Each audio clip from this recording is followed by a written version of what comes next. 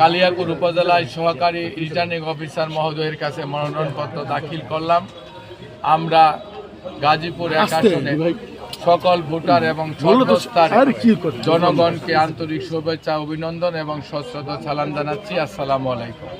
আমরা তাদের সকলের কাছে দোয়া চাই এবং সমর্থন।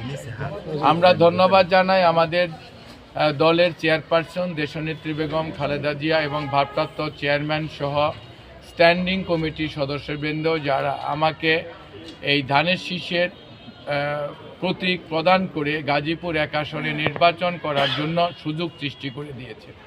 এবং আমরা আমাদের দেশনেত্রী বেগম খালেদা জিয়ার জন্য প্রার্থনা করি তার রোগমুক্তি এবং দীর্ঘায়ু কামনায়।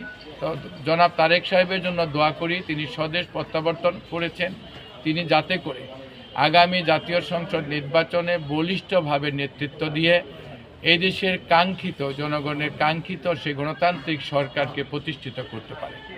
সর্বশেষ আজকে মনোনয়ন প্রাপ্তির পর দলের মধ্যে তাৎক্ষণিক যতটুকু মনোমালিন্য ছিল আজকের তার 90 ভাগই আমাদের সমাধান হয়েছে ইনশাল্লাহ, যে কারণে আমাদের মনোনয়ন দাখিলে কিছুটা সময় লেগেছে, যেটা 11টার আগেই হওয়ার কথা ছিল। ইনশাল্লাহ আমাদের দলের সিনিয়র নেতৃবৃন্দ যারা আরও মনোনয়ন প্রত্যাশী ছিলেন তাদের অনেকেই আজকে সকালে থেকেই মনোনয়নপত্র তাদের হাত দিয়েই আমার হাতে বুঝিয়ে দিয়েছে এটা জমা প্রদান করার জন্য।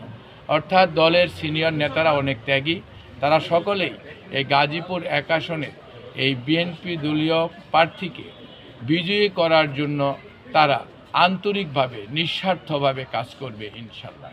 আমরা নেতৃবৃন্দরও ঐক্যবদ্ধ করছি বা ঐক্যবদ্ধ হচ্ছি এবং আমরা সাধারণ ভোটার, পেশাজীবী সহ শ্রমিক ভাই বোন, আমাদের মমতাময়ী মা বোন, আমাদের হিন্দু ভাই বোন, সংখ্যালঘু অন্যান্য ভোটার সকলকে নিয়ে ইতিমধ্যে মত বিনিময় হয়েছে। আমরা আশা করি যে আমাদের আচরণবিধি উঠে যাওয়ার পর যখন আমরা স্বাভাবিক প্রচারণায় নামতে পারব তখন থেকে বাংলাদেশের মধ্যে সবচেয়ে গণজোয়ার সৃষ্টি হবে এই গাজীপুর এক আসনে ধানের শীষের পক্ষে।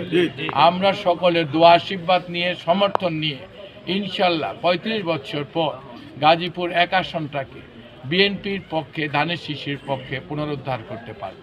একজন প্রার্থী হিসেবে আমি যেখানে যা করার, যেভাবে যা করার, যতটুকু পরিশ্রম করার, বেঁচে থাকলে সুস্থ থাকলে আমাদের ভারপ্রাপ্ত চেয়ারম্যান ভালোবেসে আস্থা রেখে আমাকে যে দায়িত্ব দিয়েছেন এই আসনটি পুনরুদ্ধার করার জন্য নেতাকর্মীদের সাথে নিয়ে জনগণকে সাথে নিয়ে আমি তা করবই ইনশাল্লাহ। আমার তরফ থেকে সকল কিছু করব, নেতৃবৃন্দ করবে